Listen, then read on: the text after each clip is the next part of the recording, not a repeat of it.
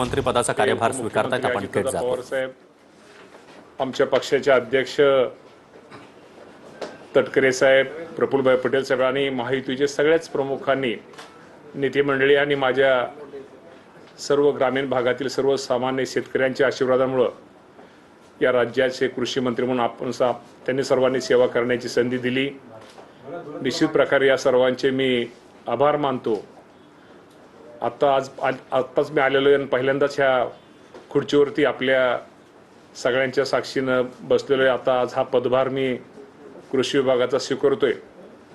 मी निश्चित प्रकारे एक शेतकरी म्हणून हा पदभार स्वीकारताना मला अत्यंत अभिमान आणि जबाबदारीची जाणीव पण या निमित्तानं होत आहे।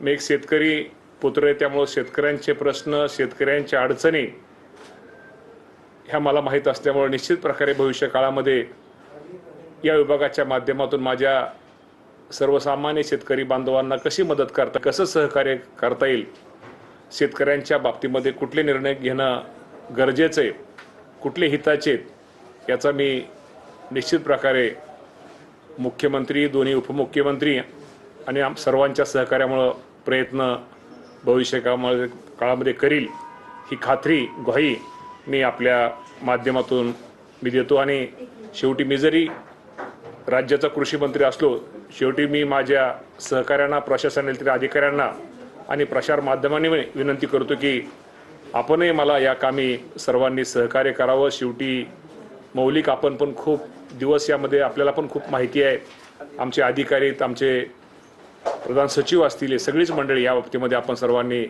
निश्चित तुमच्या अनुभवाचा, मार्गदर्शनाचा फायदा भविष्य काळामध्ये या विभागासाठी कसा होईल यासाठी माझा प्रयत्न राहील।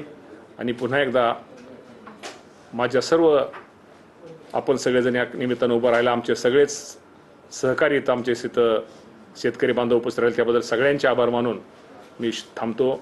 सर्वांना शुभेच्छा देतो। धन्यवाद। मुख्यमंत्र्यांची भेट घेतली, मागच्या कृषी मंत्र्यांनी जी काही विधानं केली ती सगळ्यांच्या समोरच आहे। मुख्यमंत्र्यांनी काही खास सूचना दिल्या, काही सल्ला दिला किंवा काही मी मुख्यमंत्र्यांची आणि उपमुख्यमंत्री दादांची, एकनाथ शिंदे साहेब मला काल भेटले नाहीत, मी त्यांची पण भेट घेणार आहे। आणि शेवटी हे सर्व ज्येष्ठ नेते, ह्या सर्वांचा खूप कामाचा अनुभव आहे। आणि मुख्यमंत्र्यांनी निश्चित प्रकारे त्यांनी काल मला एक सांगितलं की तुम्ही राज्यामध्ये प्रत्येक ठिकाणी जाऊन शेतकऱ्यांचे प्रश्न, शेतकऱ्यांच्या अडचणी जाणून घेऊन शेतकऱ्याला कसा न्याय देता येईल ती भूमिका